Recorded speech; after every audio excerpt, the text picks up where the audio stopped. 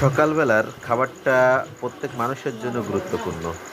সৌমির আজকের খাবারের মেনুতে রয়েছে দেখুন একটি সবজি, যার ভেতর আলু, পটল, শাক, উশি, বেগুন এবং সাথে রয়েছে একটি ডিম।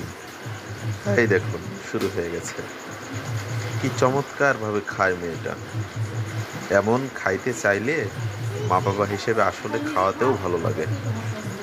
দেখুন তার মা হাতে তুলে খাইয়ে দিচ্ছে আর মেয়েটা ডিম তুলে নিজেই খাচ্ছে।